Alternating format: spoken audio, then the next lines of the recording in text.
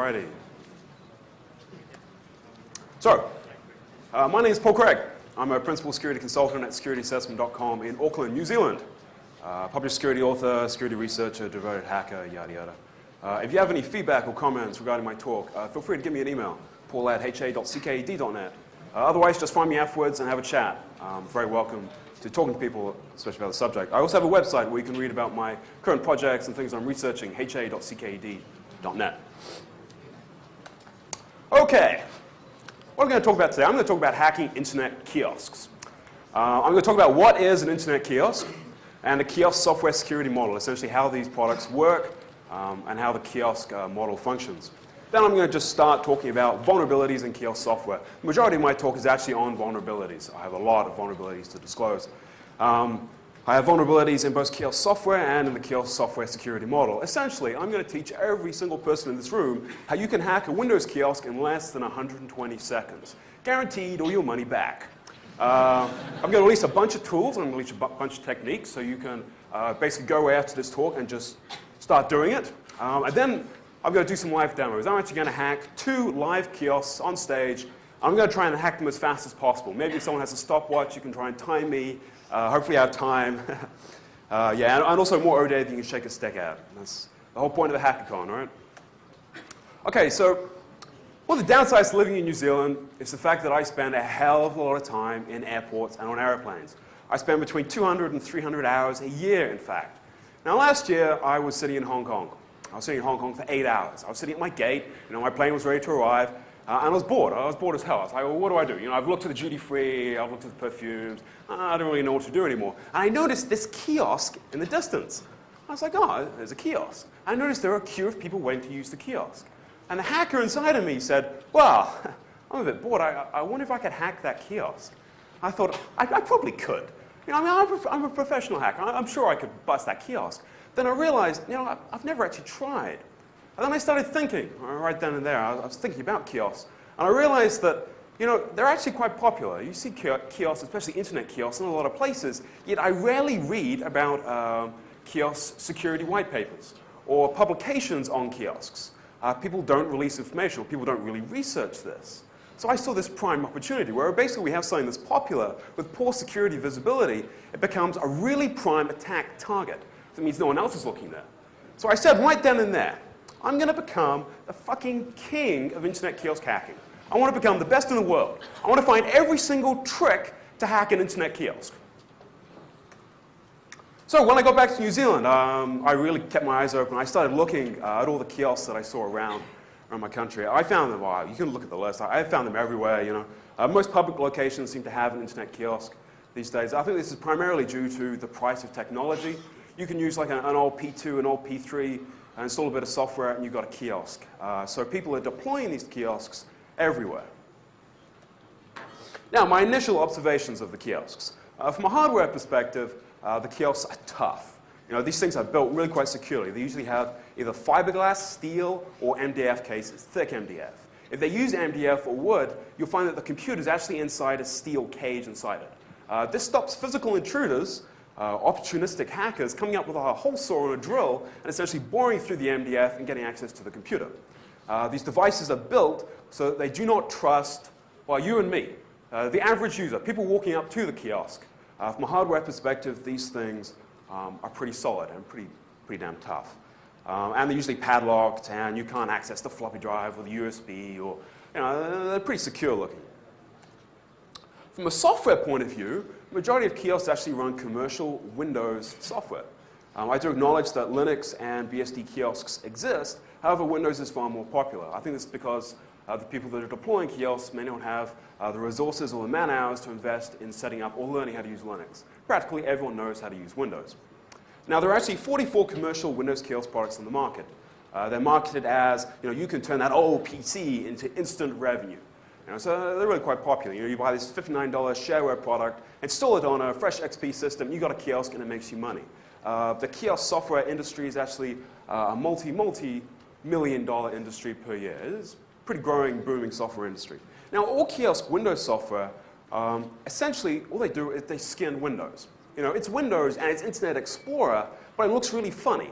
So you'll find the kiosk browser is actually based on WinHTTP.dll or MSINet.ocx. These are the standard Internet Explorer library controls. So essentially you can say, the kiosks are Windows and Internet Explorer, and they just look a bit weird. Okay, so the first thing I realized was that kiosk software is really my best attack vector. I'm not going to be able to get into an airport carrying a crowbar, a drill, and all these things. Hardware attacks, they're just not going to work in a public space. I need to attack the software. What I need to be able to do is I need to be able to walk up to any internet kiosk and pop shell quickly. I want to pop shell in less than 2 minutes. I don't want to be standing in front of the kiosk for like an hour, 2 hours trying to hack it, because that's going to look really suspicious. What I did was I started sort of focused and methodically testing kiosk software.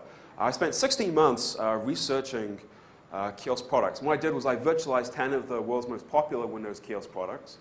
And I researched methods of compromising each kiosk, and then I developed a kiosk attack methodology. I really had startling results. When I started my research, I didn't expect that 100% of the kiosks would break. Actually, they all broke really quite easily. I just found so many different methods of making them break. Okay, the kiosk security model. Okay, so kiosk software security is implemented in 2 approaches. Firstly, the kiosk will try to reduce available host functionality. This is a native Windows functionality that can be used maliciously. Things like the command prompt has been disabled. The disable CMD reg key, that'll be set. Maybe file downloads will be disabled through the IE security zone policy, so you can't download files when you're on the kiosk. Relatively sensible things. And secondly, you have what's called graphically jailing, or graphic jailing. So you'll find that the kiosk browser you're actually using is this full-screen application that covers all of the available input vectors. You don't have anything that you can click on that will give you back to Windows. You're sort of stuck inside this weird, gimpy kind of application. The start bar and tray menu are usually removed or hidden from view, so that there's no way you can click on it and go to File, Program, Accessories, and sort of escape out of it that way. Pretty much the only thing you can do is browse the web. Well, that's the only thing you can click on is browse the web. As an example, this is Site Kiosk. As you can tell, the start bar at the bottom, it looks pretty similar to Windows, right? It looks kind of similar, it's got the same kind of colors, but it's very different. The tray menu is also completely custom. You only have one option there, start a new window. There's no way you can really escape out of that browser window. You're trapped inside the kiosk browser. There's another example, this is Netstop Kiosk. This is actually Windows, but it's just completely custom. You have a very custom taskbar. The kiosk application is actually ran as a full-screen desktop, no ability to close the browser, you can't get back to Windows, and it only permits internet browsing. Okay, so kiosk browsers proactively monitor your activity. They've taken into account sort of malicious people trying to hack the kiosk through the software. So most kiosks, or actually all kiosk products, contain multiple blacklists of prohibited activity, things that the kiosk vendors deem as malicious. If you try and do something sneaky, the kiosk will stop you. So for example, with a Site Kiosk, if you open up the kiosk browser and you try and browse to C:// a little box pops up saying, accessing this URL is prohibited. Access denied. You're stopped. Another thing kiosks do is they monitor all in-focus modal dialogues.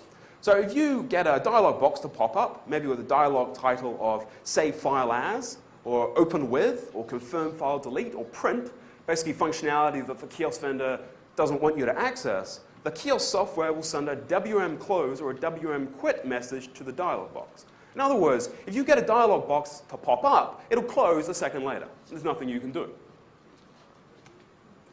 Kiosks also implement API hooking, so they'll hook native OS API calls which can be used maliciously. Things like kill process, get command line W, get command line A, alloc console.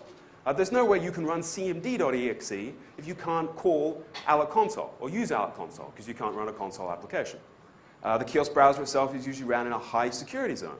This means file downloads are disabled, browser scripting is often disabled, pop-ups are disabled, ActiveX, Java, all disabled. And there's usually also a watchdog timer, a general sort of process monitor that every 5 minutes or 4 minutes will enumerate all of the windows on the current kiosk when all the process is running and see if you're doing anything sneaky. See if you have cmd.exe running somehow, and then it'll kill everything, log you out, or just generally end your fun. Okay, the kiosks implement custom keyboard drivers, so they disable common Windows keyboard shortcuts. Like the Control, Shift, Escape, Alt, Tab. You usually find that all modifier keys are unmapped. These are Control, Tab, Alt, Start, Function, F1 through to F12. Those keys do nothing. Or in the case of most kiosks, as you can see a picture of this keyboard just here, it doesn't actually have the keys. So they have a custom keyboard that doesn't have the keys. There's no way you can press Start because there's no fucking Start key. Usually have a custom mouse as well. It's a common trick. You have a custom mouse with no right-click button. You think about all the functionality you reduce in Windows without a right-click button. It really limits what you can do because there's no button. These are all methods of reducing functionality and basically controlling or implementing security. Okay, so hacking kiosk software. Kiosk security model is based on reducing functionality, a limit functionality which can be used to escape the kiosk browser. So exploiting a kiosk requires us to invoke functionality. We want to cause applications or functionality to spawn, to pop up on screen. We want Windows just to pop up. Doesn't really matter anything. We want to invoke something which isn't part of the standard kiosk. And then hopefully we can use the functionality we invoked to escape the kiosk jail, and then maybe spawn a command prompt, use the command prompt to kill the kiosk process, and get back to Windows. Fully escape the browser, and then we win. So kiosk security is implemented through blacklists. Now, blacklists by nature, as we know, are never 100%. You can never have a blacklist that covers every possible attack vector. We only need one method of escaping the kiosk jail. We only need one slight mistake or one slight miss in a blacklist in order to win.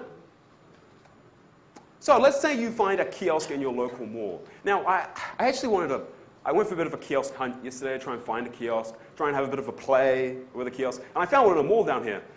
Only there was a security guard standing right next to it. It was sort of positioned next to it. So someone told the Malaysian authorities that I was coming. Not cool, not cool. So anyway, let's say you find a kiosk in your local mall. It says like, insert 10 ringgit for an hour of internet usage. The first thing you need to do is insert the money. This is actually a critical point because all of my attack tricks require money insertion. I didn't find anything pre-money insertion. So this is one of those hacks where you actually have to pay in order to hack it. But it's a pretty good trade-off. It's a pretty good trade-off. So let's say you find you're trapped inside a kiosk browser. You only got one visible button to start browsing. So you start browsing. You're going to use the kiosk. Well, the first thing you want to try and do, and this is the first thing I thought of when I started pen testing kiosk, was, hey, I'm going to try and browse the local file system using the kiosk browser. As a Windows user, or as a local user on a Windows operating system, you are capable of browsing and navigating your file system, as you would expect. So kiosk software must explicitly block all attempts of locally browsing. Okay? Now, Windows is actually designed for idiots. Let's be honest here. It's designed for idiots. It's designed for fat-fingered mistyping, your mother and your father. It's designed for people who don't know how to use a computer. So what you have in Windows are multiple ways of doing the exact same thing. Like this table I have here. All of these things will browse the local file system. I have file://ce:// I have file://ce:// I have %temp%. C://Windows \\. All of these things are different. So you can see now how a blacklist would actually start failing now. Because many of these kiosk products, they'll block the 5 most obvious ways of referencing your local file system, but they won't block everything. So you start to win. You can also use common dialogues to hack kiosks. So Windows contains common dialog libraries, things like saving a file, opening a file, selecting a file, and choosing a color. These are common dialogs that come from comdlg32.dll. Now, comdlg32.dll employs common Windows controls from comctl32.dll. Now, the file open and file save dialog contain what's called the file view control. Now, this file view control contains actually full Explorer functionality. This is the same control that Explorer uses. If you launch Explorer and browse your file system, this is the exact same control that Explorer uses. So you can say that if you can get a file open dialog to pop up, you essentially have Explorer inside a dialog window. And this can be used to launch processes. So this is an example. Let's say you find a kiosk. You click every button, like systematically, every button, every icon, everything available on the page. Maybe there's a link somewhere to attach a file, like send an email to a friend, upload a file, maybe print a photo or something like that. If you can get a file open dialog to pop up, well, you just browse the file system with it here, as you can see in the first photo. And then the second one, you find cmd.exe, you right-click it, and then you say open. If you're in the case where you have a kiosk that only has a single left mouse left-click button, all you do is drag a DLL file onto the cmd.exe.